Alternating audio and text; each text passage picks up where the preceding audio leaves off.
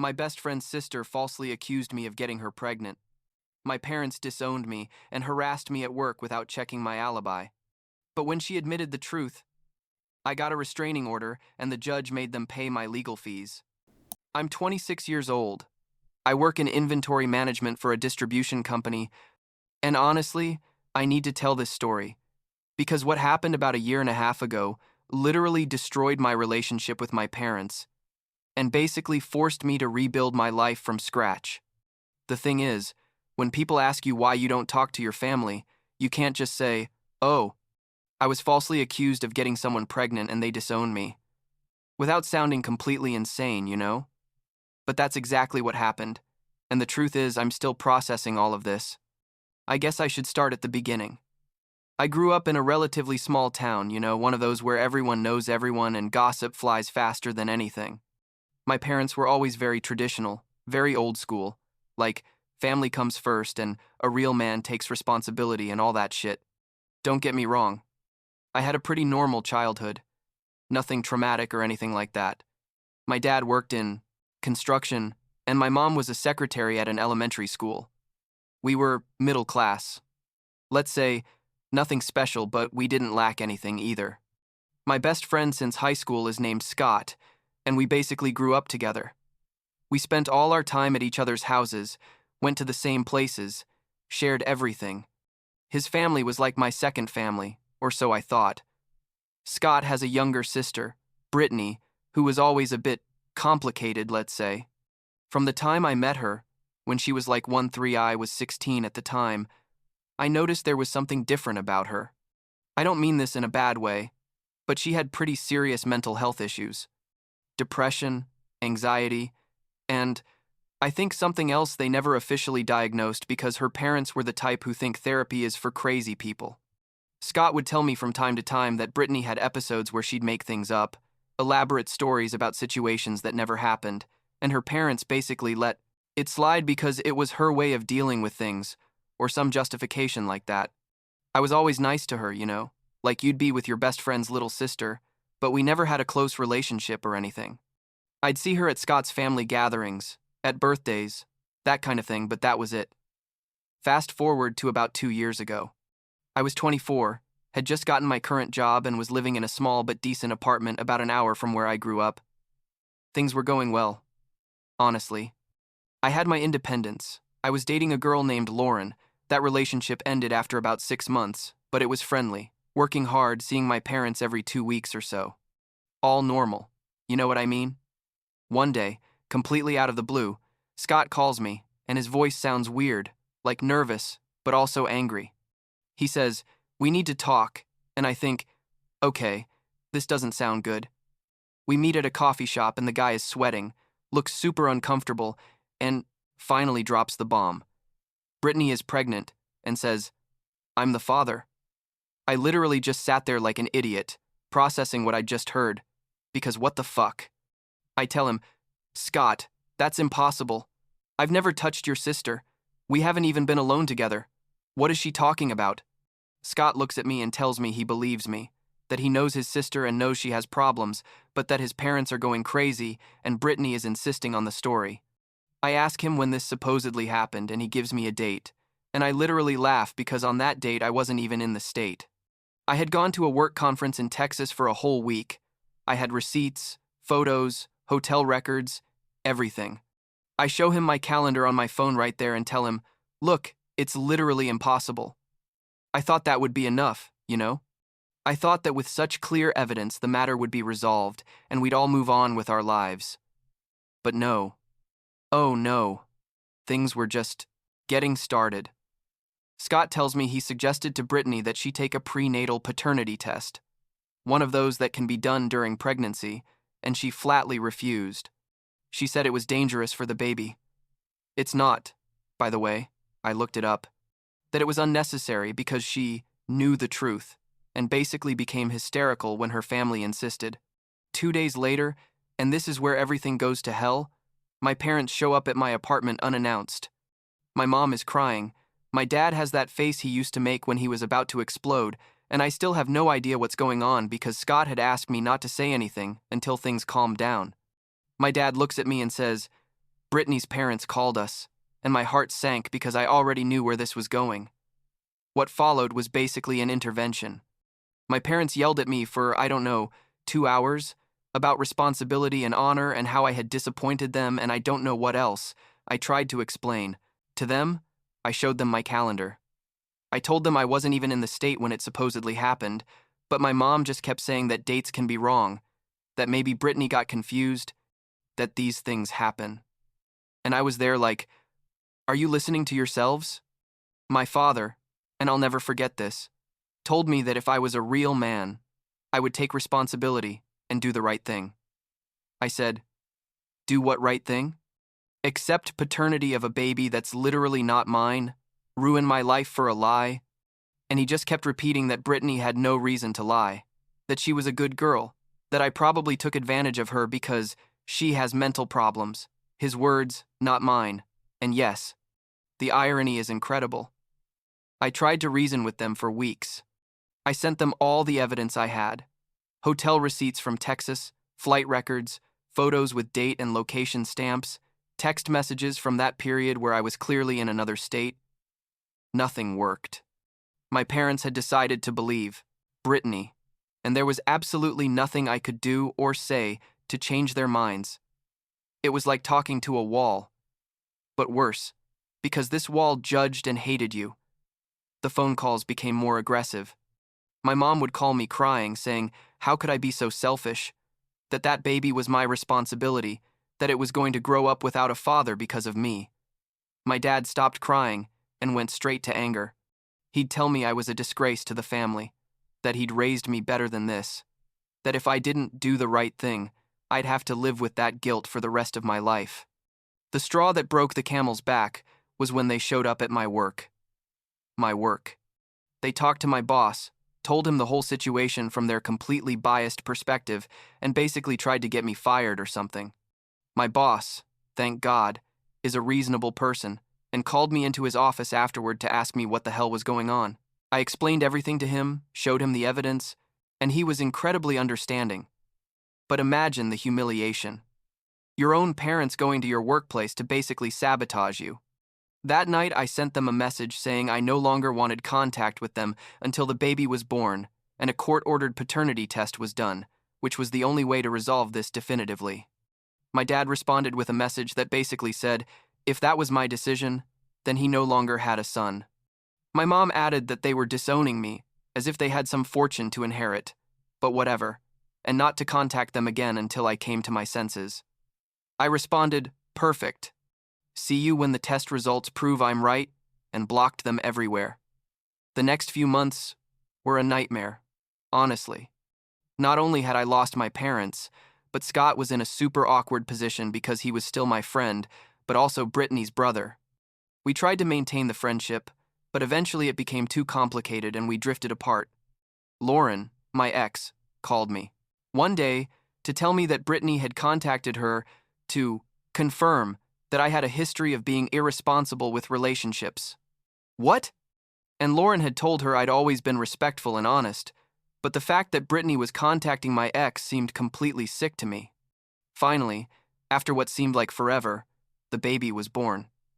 I immediately requested a court-ordered paternity test, which Brittany couldn't refuse this time.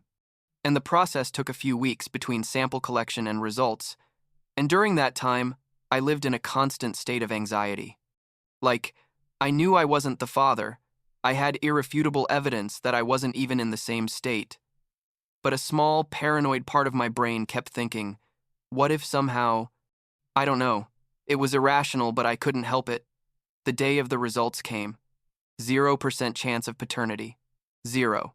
Not even a small percentage. Literally 0. I took that document and felt like a huge weight was lifted off my shoulders. But at the same time, I was furious. Furious because I'd gone through all this, lost my family, been publicly humiliated, all because of a lie I always knew was a lie. The first thing I did was send a copy of the results to my parents, by certified mail. I didn't call them, didn't write them an explanatory message, just sent them the document. I waited. 2 days later, my mom called me crying. He had temporarily unblocked her number to see if they'd reach out. She was apologizing between sobs, saying they'd made a terrible mistake, to please forgive them, that they wanted to fix things. My dad also reached out. His message was more formal, more rigid, but it was clearly an apology. He said they'd acted based on the information they had, that they thought they were doing the right thing, and that they hoped to rebuild our relationship. He also mentioned they were going to transfer me some money to compensate for any legal expenses I'd had. And you know what? I didn't feel relief. I didn't feel joy that they finally saw the truth. The only thing I felt was anger. Anger because they never believed me. Anger because they chose a girl with documented mental health problems over their own son. Anger because they disowned me, humiliated me, went to my work, all because they refused to see the evidence they literally had in front of their faces. I responded with a very simple message. The paternity test proves what I always told you. I don't need your money, and I'm not interested in rebuilding our relationship. Please respect my decision not to have contact. And I blocked them again. I thought naively, that would be the end. But no, because this is where things got really crazy. Brittany, instead of admitting she'd lied or just disappearing, started telling people that I had faked the test results. Yes, faked, as if you could just falsify a court-ordered paternity test. Logic didn't exist in her world, clearly. But people in town, especially those who had already heard the original story, some believed her. Or at least pretended to believe her because the drama was more interesting than the boring truth. I started getting weird looks when I'd visit town, passive-aggressive comments from people I'd known my whole life. It was super awkward, and I basically stopped going except when absolutely necessary. What I didn't expect was for my parents to join Brittany's campaign. Well, not directly, but they basically started contacting all my acquaintances, friends, former coworkers, whoever, to explain their side of the story and basically paint me as the evil son who had abandoned them. An old high school friend, Ryan, called me to warn me that my parents had contacted him asking about me and saying I was having emotional problems, and that if I contacted him, to please let them know. Ryan thought it was super weird and gave me the heads up, which I appreciated. My cousin Emily also contacted me. Turns out my parents had gone to a family gathering, which I obviously didn't attend, and had told a completely distorted version of events, where they were the victims and I was the villain who refused to forgive them for an honest mistake. Emily knew the truth, because I've been following everything from the beginning, and she told me that basically the whole extended family now thought I was the bad guy. Then, my parents escalated things even more. They called my work again, this time saying they were worried about my mental health and that they believed I was in danger of harming myself. My boss, understandably, was upset. He called me again and said, "Look, I know your family is crazy, but this is becoming a problem. You need to do something because I can't have your parents calling every week with new stories." That's when I decided I needed real legal action. I hired a lawyer, Michael, who helped me get a restraining order against my parents. I had to document everything, the calls, the messages, the appearances at my work, everything. The judge granted the temporary order pretty quickly, which made me feel validated but also incredibly sad. Like, how did we get here? How did we go from being a normal family to needing restraining orders? The restraining order should have been enough. Should. But about a week after it was issued, I walked out of my apartment one morning and found my car completely vandalized. Someone had keyed the word liar on the hood with something sharp, probably a key. I had no proof of who did it, but come on, it wasn't hard to guess. I filed a police report, took photos, but without direct evidence, they couldn't do much. And here comes the truly crazy part. My parents sued me. They sued me for emotional distress because supposedly the restraining order and my refusal to forgive them had caused them severe psychological harm. I'm not making this up. Their argument was that they had acted in good faith, that they had tried to apologize and compensate me, and that my continued rejection was cruel and unnecessary and was causing them suffering. Michael, my lawyer, was almost laughing when we reviewed the lawsuit. He told me it was one of the most ridiculous cases he'd seen and that it had no chance of succeeding, but I still had to spend time and money defending myself. We had to go to court, present all the evidence again, Listened to my parents and their lawyer argue that they were the real victims in this whole situation. He literally told them their lawsuit had no merit, that I had amply demonstrated my innocence in the original accusation, and that their subsequent behavior contacting my work, harassing my acquaintances, possibly vandalizing my property, completely justified my decision not to have contact with them. Not only did he dismiss the case, but he ordered them to pay my legal fees, which weren't small considering all the time Michael had invested. After losing in court, you'd think they'd finally give up, right? But no. My cousin Emily contacted me about 2 months ago to tell me my parents were planning a big family reunion, supposedly to celebrate my grandmother's birthday, she's 82, but that it was actually an attempt to force a reconciliation with me. The idea was to invite the whole extended family, create an environment where it would be cruel of me to reject contact with them in front of everyone, especially in front of my grandmother. Emily warned me not to go, and I thanked her, but honestly, I hadn't even considered going. I sent an email to my parents through my lawyer, because they technically still had the restraining order, telling them I wasn't going to attend any family reunion, that my decision not to have contact with them was final, and that any additional attempt to contact me directly or indirectly would be reported to the authorities. And that basically brings us to the present. About 3 weeks ago was the family reunion. I didn't go, obviously. Emily told me afterward that my parents were crying the whole event, telling anyone who would listen that I had become cruel and cold, that I had refused to forgive a simple misunderstanding, and that they didn't know what else to do. Several relatives apparently told them I was being unfair, that families should forgive each other, all that typical blood is thicker than water rhetoric that people use when they don't know the whole story. A few, like Emily and a couple of uncles who knew the full details, defended my position. Emily told me she explained to several relatives about the paternity tests, the evidence that I wasn't even in the state, the restraining orders, the frivolous lawsuit, everything. Some changed their minds after hearing that. Others still thought I should be the bigger person and forgive anyway. The truth is, I don't feel any obligation to forgive them. I know that sounds harsh, and there are probably people who think I'm being extreme. Review the evidence to give me the benefit of the doubt. Instead, they chose to believe someone with documented mental health problems over their own son, publicly humiliated me, went to my work not once but twice, disowned me, and then, when it was proven I was right all along, instead of really apologizing and giving me space, they doubled down on their efforts to make themselves the victims. The restraining order is still in effect, and I plan to renew it when it expires. I've built a life without them, and honestly, I'm better off this way.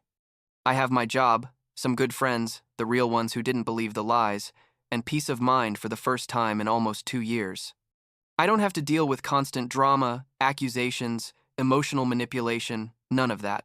Scott and I eventually started talking again a few months ago. He apologized for the whole situation, told me he knew his sister had serious problems and that his parents should have sought professional help for her, years ago instead of enabling her behavior. He told me that Brittany finally admitted, in a moment of lucidity, that the real father was a guy she'd briefly dated but who had left her when he found out about the pregnancy, and that she'd picked me because she thought I'd be easier to manipulate or something. His parents apparently sought legal action against her for defamation or something, but decided not to follow through because she's their daughter and has problems. Typical. As for my parents, according to Emily, my mom has been going to therapy, finally, and supposedly is working on understanding where she went wrong.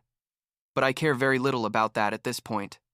My dad is still stubborn, apparently still saying I should forgive and forget because that's what family does, but without showing any real understanding of why his behavior was so damaging. Last week, I saw my mom at the grocery store. She saw me too and looked like she wanted to approach, but I literally turned around and left through another aisle. I'm not ready for that conversation, if I ever will be. Part of me feels guilty sometimes, you know? Like, she's my mother. I grew up with these values. That family is the most important thing. And here I am basically being an orphan by choice. But then I remember everything that happened. How they treated me. How they repeatedly chose someone else's narrative over mine, and the guilt disappears. I don't know what's going to happen long term. Maybe in a few years I'll feel different. Maybe not. For now, I'm focused on myself, on my work, on building relationships with people who actually support and believe me. Some days are harder than others, especially when I see happy families together or when there are holidays and I realize I'm alone. But I'd rather be alone than be surrounded by people who don't trust me and who are willing to destroy me based on a lie. That's it, I guess. That's my story. A false accusation, a family that chose the wrong side, and a son who decided his peace of mind was worth more than maintaining toxic relationships. I'm not looking for validation or anything. I just needed to get this off my chest. If anyone is going through something similar, I guess my advice would be, trust your truth, document everything, and don't be afraid to cut ties with toxic people, even if they're family. Blood doesn't give you an automatic right to mistreat someone and expect unconditional forgiveness.